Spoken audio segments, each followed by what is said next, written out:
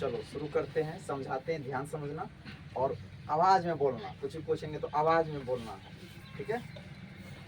आज हम लोग बोलेंगे, क्या पढ़ेंगे?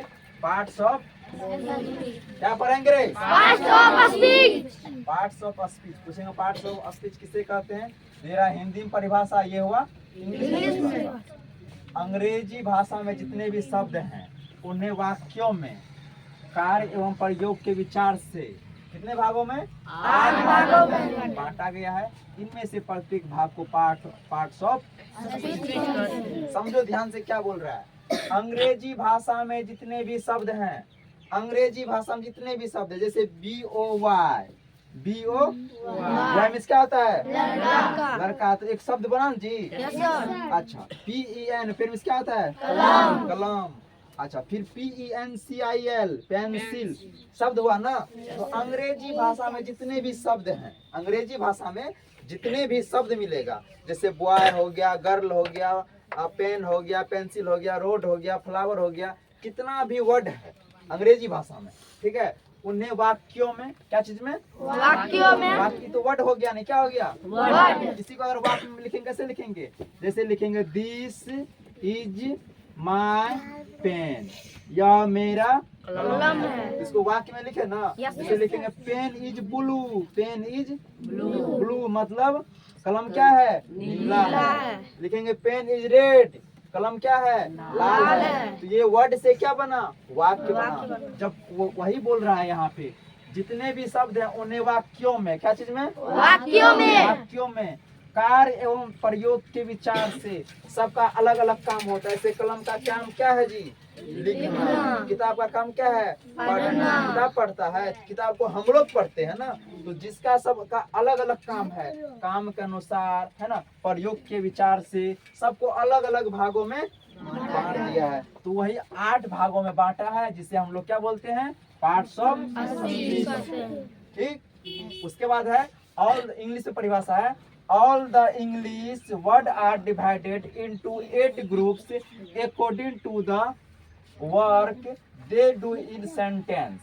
फिर से बोलते हैं, all the English words are divided into 8 groups according to the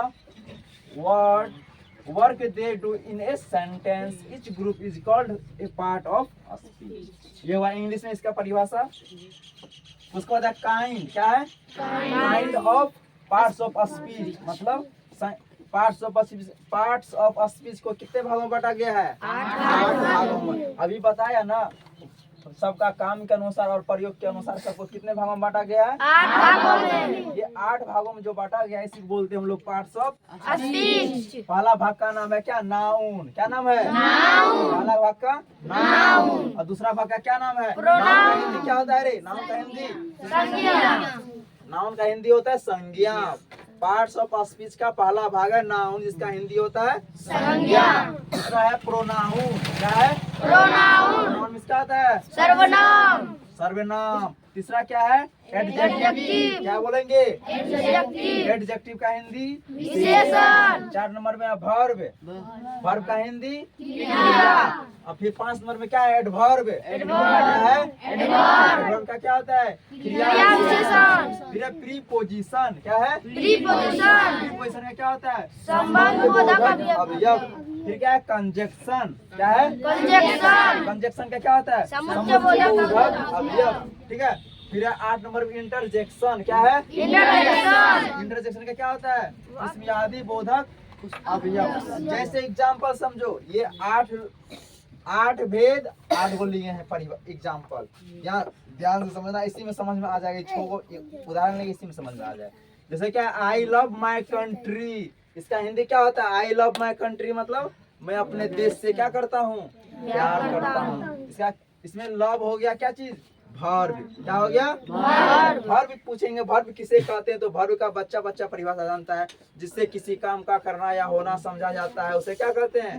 verb कहते हैं। जैसे लिखना, खाना, पीना, हंसना, गाना, जाना, ये सब क्या है? वर्ब है। तो यहाँ I love my country, love इसमें क्या हो गया? वर्ब। दूसरा सेंटेंस है तो वर्ब इसमें लव जो है क्या चीज का काम करेगा? वर्ब का। ठीक है।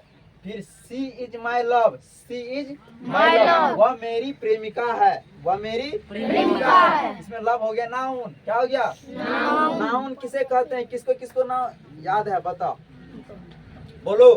किसी व्यक्ति वस्तु स्थान के नाम को संज्ञा कहते अब हैं। देखो किसी व्यक्ति वस्तु स्थान के नाम को इसको 5 भागों में बांटा गया है, बांटा गया है ना।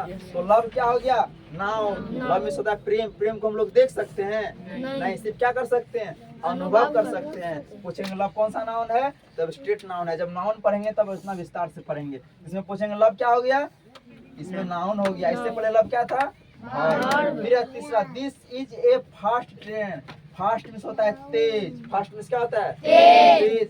यहाँ ट्रेन का गुण क्या है, यहाँ गुण बता रहा है, क्या बता रहा है गुण। एडजेक्टिव मीन्स होता है क्या विशेषता, जब किसी का विशेषता बताएगा। जैसे ट्रेन का विशेषता क्या है, ट्रेन तेजी में जा रहा है, क्या चीज में जा रहा है तेजी में जा रहा है। तो यहाँ फास्ट क्या हो जाएगा एडजेक्टिव का काम करेगा, क्या चीज का एडजेक्टिव का। नीचे है द बॉय रन्स फास्ट, यहाँ फास्ट काम करेगा क्या एडवर्ब का, क्या चीज का एडवर्ब का। फिर he is playing in the field, इसमें इन क्या हो गया प्रीपोजिशन, प्रीपोजिशन किसे कहते हैं जब दो शब्द को क्या करते हैं, जब दो वाक्य दो शब्द को आपस में जोड़ने का काम करता है उसे हम बोलते हैं प्रीपोजिशन। क्या बोलेंगे प्रीपोजिशन। जैसे यहाँ he is playing in the field, वह खेल रहा है, कहाँ खेल रहा है रे फील्ड पर ना, तो उसका संबंध किससे जुड़ा हुआ है फील्ड से, इसीलिए इसमें क्या हो गया इन हो गया प्रीपोजिशन। समझ में आया। अगला है प्लीज कम इन, कृपया करके अंदर आइए, इसमें इन क्या हो गया इसमें इन हो गया एडवर्ब, क्या चीज हो गया एडवर्ब। यहीं पे ये क्या हो जाता है पार्ट स्पष्ट खत्म नहीं होता है, अभी तो शुरुआत ही हुआ है। अब इसका 8 भाग में हम लोग एक एक करके पढ़ेंगे। पहला भाग का क्या नाम है नाउन, क्या नाम है नाउन। दूसरा का प्रोनाउन। अब नेक्स्ट क्लास में क्या होगा नाउन, ठीक। इसको याद करके लाना है नेक्स्ट क्लास के लिए रेडी।